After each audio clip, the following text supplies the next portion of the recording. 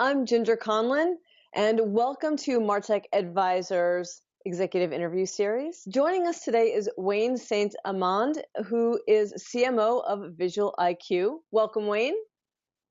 Thank you, Ginger. It's a pleasure to be here. So glad you're here with us today to talk. Let's talk briefly about Visual IQ. What is Visual IQ and what makes it unique? Sure, happy to. So first and foremost, Visual IQ is a software company, and we provide a marketing intelligence platform, as you indicated earlier. And really what marketing intelligence is all about is the sort of unique and powerful combination of audience data and attribution data. And essentially, we are bringing the concept of people-based marketing to life, given the fact that audience data is so central to the idea of people-based marketing. We're really a powerful enabler of that concept. Too often, we jump into the tactics as marketers. We're very eager to get started, right? And we arrive at our knowledge of the audience as an afterthought, right? Of course, we begin by thinking about targeting, but we really learn about the performance of our programs and whether or not we're reaching people way after the fact, right? We look at the success of those programs and the impact of those programs and try and guesstimate, are we reaching the right people? Is this impacting the audiences, the audience segments that we really care about? Are we reaching the people, the large groups of individual people that matter most to us, right? And you could say, in a manner of speaking, that marketing intelligence is all about finding and discovering your best performing marketing and targeting it to those who matter most to you, connecting it to those who matter most. And the essence of marketing intelligence, we believe, is a single view, a single platform that delivers that benefit, discovering your best performing marketing and allowing you to connect it to the people that matter most to you and your company. I mean, you've probably heard of the idea of probabilistic versus deterministic targeting. And these two concepts, probabilistic is essentially educated guessing with regard to targeting. You think based on certain demographic data or other targeting criteria that you are probably, hopefully, reaching the right people. When you use a deterministic strategy, you know for a fact that you're reaching the right people.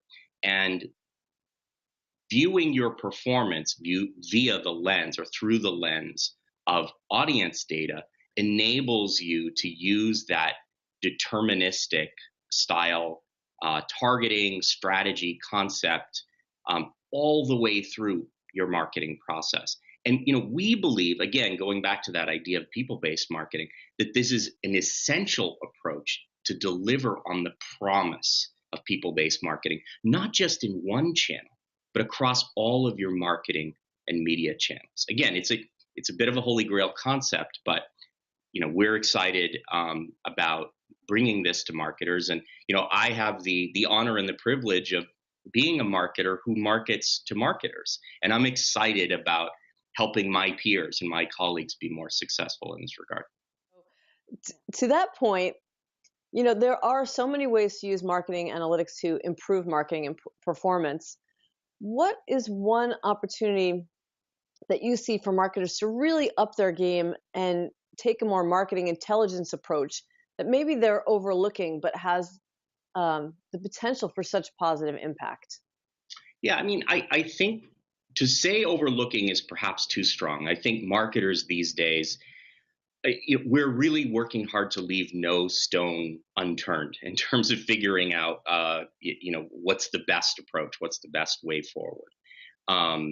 What is often a challenge, though, for us is the fact that everything is producing data, right? But it's all disparate, and much of it is redundant.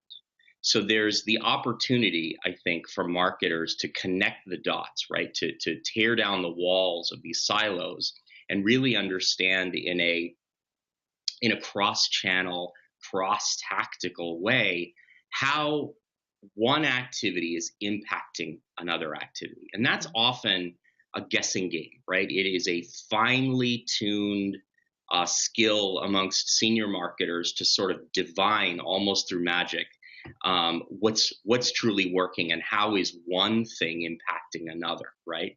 And we often make these decisions with a little bit of data and a lot of gut feel. And I think as we move forward into the future and we have the ability to use these deterministic strategies, right, with an audience based view, people based marketing approach, and connect all of this data between programs, campaigns, down to the individual tactic level. That is that, again, I keep going back to the idea of Holy Grail, but that is the opportunity, right, to turn over that final stone and really move forward as a marketer with not just belief that you're doing the right thing, but the data to prove it so. Again, you mentioned it before, but what are some elements of people-based marketing that are really kind of resonate the most to you, that are you feel like are the most important for marketers to keep in mind? And so where should they then focus their use of marketing intelligence to make the biggest positive impact on the customer experience for customers, but also potentially for prospects who are just kind of entering the marketing funnel? Hmm. Yeah, it's a great question.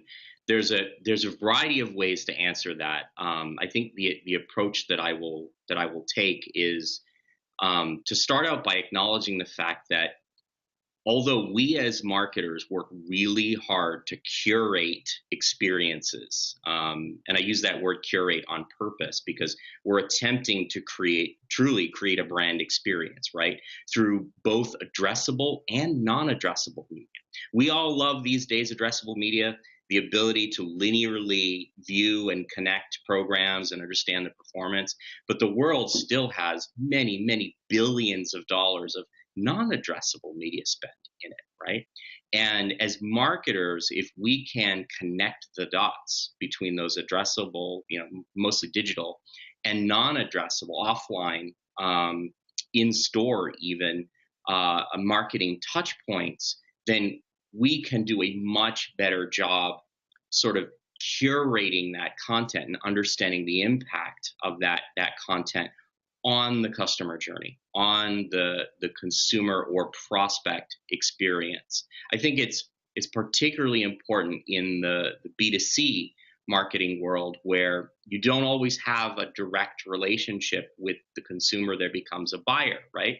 They're buying through vast distribution networks, not directly from you. So your ability to influence them in all these addressable and unaddressable ways, and again, understand the interplay between these tactics and channels and how you're meeting your goals, which again may not relate directly to revenue growth, but other measurements, is so incredibly important, and often slips through the grasp of the typical marketer. And marketing intelligence, when fully fulfilled, when a marketer really has a grasp on that idea, on that concept, they can view their world through these addressable and non-addressable channels, tactics, mediums, and really curate a high impact, a customized, highly relevant experience for consumers as they move through their life. And you mentioned earlier, customers expect that. We know from the data that we're pulling that 6 out of 10 consumers won't even consider interacting with your brand unless you show evidence that you're being relevant to them, that you know them, that you understand them. Because again, we're working hard to create this incredible experience for customers that we think are on a journey, but they're not on a journey. They're just living their life, right? So we have to find ways to be as relevant as possible at those moments in time when they're going to be susceptible to our curated message, right? And pulling all of this together in as simple and singular a view as possible is is the essence of what we're after when we talk about marketing intelligence. Right. Excellent. So one of the things that you mentioned earlier, and you've talked a lot about, is data. That's obviously one big challenge that you've mentioned. Any other challenges that you are finding marketers facing when they're trying to get their analytics to really work for them? And what advice do you have for them to overcome that challenge? Yeah, what I hear again and again, and I was just in the UK earlier this week. We had a customer dinner and had the opportunity to sit in a kind of intimate setting and really talk one on one with a variety of our customers over in Europe. And what I heard from almost every one of them was, I have too much data. I have too many tools. And it's really clear that many of you, when they are talking to us, many of you in the vendor community, you're saying very similar things, but you're not necessarily making an effort to talk to one another, to leverage one another, right? To actively build out a cooperative ecosystem. And marketers, I see it myself in the tools that I use to market Visual IQ. We have to really be knowledgeable about a variety of tools, a variety of measurement techniques. It's a full stack of technology, and all the data associated with that technology that we have to be incredibly expert in. And I think that given all of the other things that we have to worry about, it can be tough to build that expertise. And I think, what we heard again and again is fewer silos, guys. Figure out how to make sense of all this disparate data. You mentioned that the idea of, duplication, deduplication of users, of individuals, people in our systems is critical, right? And systems that can do this deduplication, to find the individuals, track them, expose them to the relevant things, as they're on that journey. Again, this is vital, and this is what my peers, this is what our customers are looking for. So, too much data, too many tools, not enough cooperation, not enough, working together within the ecosystem to make life easier. I think that the future is going to be about ecosystem plays and lots of partnerships to bring capabilities that help us do a better job and reduce the complexity that marketers have to deal with. Thinking about that look forward, let's talk about that and bring AI back into the conversation. So clearly you're excited about AI. It's such a hot topic. What about that are you excited about going forward? Is there anything else, a trend or a tool that you're hot on right now? And also, and it may very well be related, anything coming up with Visual IQ, either a new feature or an upgrade that we should know about? Sure. I'll start with the Visual IQ piece, just because it's near and dear to my heart, obviously. Yeah, we have a major release, sort of I would put it way past an enhancement, sort of a major new platform that's going to be coming out in the fall. Can't really talk at a detail level about what's coming, but you might imagine from some of my comments previously what we're thinking about and what we're attempting to do. Marketing intelligence is a very good moniker, a very good wrapper for all the thinking that's gone into this platform that will be coming out in the fall. So more to come. Stay tuned for more information there. But we think that our both our strategic and our tactical value to marketers is going to go way up. Not that it's not significant already, but again, the ability to combine an audience-based view of performance, so audience and attribution, is particularly powerful, and much more to come. on that front.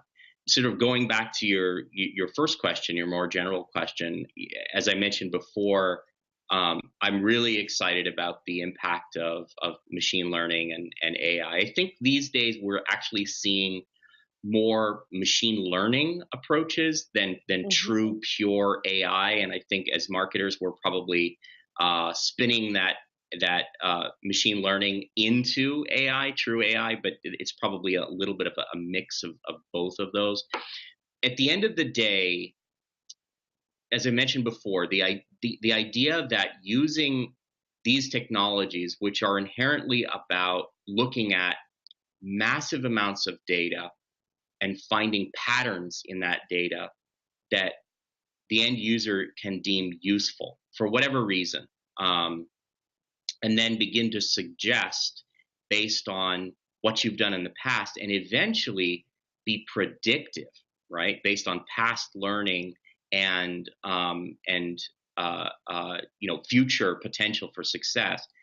I think marketing, every facet of marketing is going to be touched by this. I think you're going to see in the creative industry, you're going to see much more data driven creative. And when I say data driven, I don't just mean, oh, we've done a bunch of research, qualitative research, and maybe even quantitative research, and we put it in the hands of our creatives, and our creatives have gone and built campaigns based on that.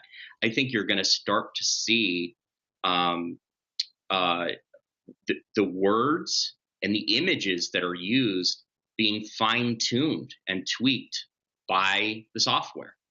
Because it's going to say, based on these, 2.3 million data points, we think you should use more yellow in this ad based on your audience because it's going to appeal. It's going to drive more engagement. You're going to get more clicks. So things like that, I think you're going to see over the next 18 months a significant wave of tools that are going to help the marketer be more successful.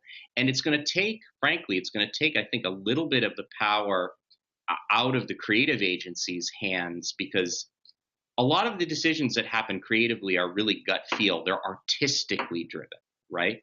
And there's a time and a place for that. And a lot of advertising is beautiful and should continue to be beautiful, but it should be beautiful and impactful, right, to the business. And if we can find a way to continue to give the creatives the power to build the art that they want, but make it more effective through fine tuning, not taking over the process, but fine tuning the process with lots and lots of data, that's the place where machine learning and AI can be incredibly impactful. And then, of course, there's the opportunity to optimize media campaigns, which are inherently mathematical and complex and in need of constant tweaking and adjustment, right?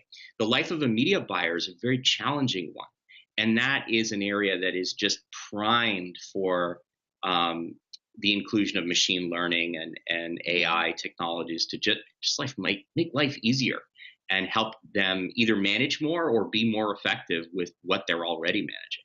So over the next 18 months, I think there's a wave of technologies coming in terms of platforms or small tools that are going to have an impact in this way. Small at first, but then as people realize, wow, this just makes my life better, not to mention drives more results. I think it's gonna stop being science fiction, right? And it's gonna be more hands-on in marketers' tool belts. Well, Wayne, thank you so much for all the great conversation and insight. Really enjoyed it, and I'm sure our viewers did as well. So I want to let them know, if you've been joining us, Wayne and I had another great conversation on the skills that marketers need to succeed today. So I hope you'll check out that video as well, and also visit Martech Advisor's YouTube channel for other executive interviews. And Wayne, thanks again so much for being here. Thank you, Ginger. My pleasure.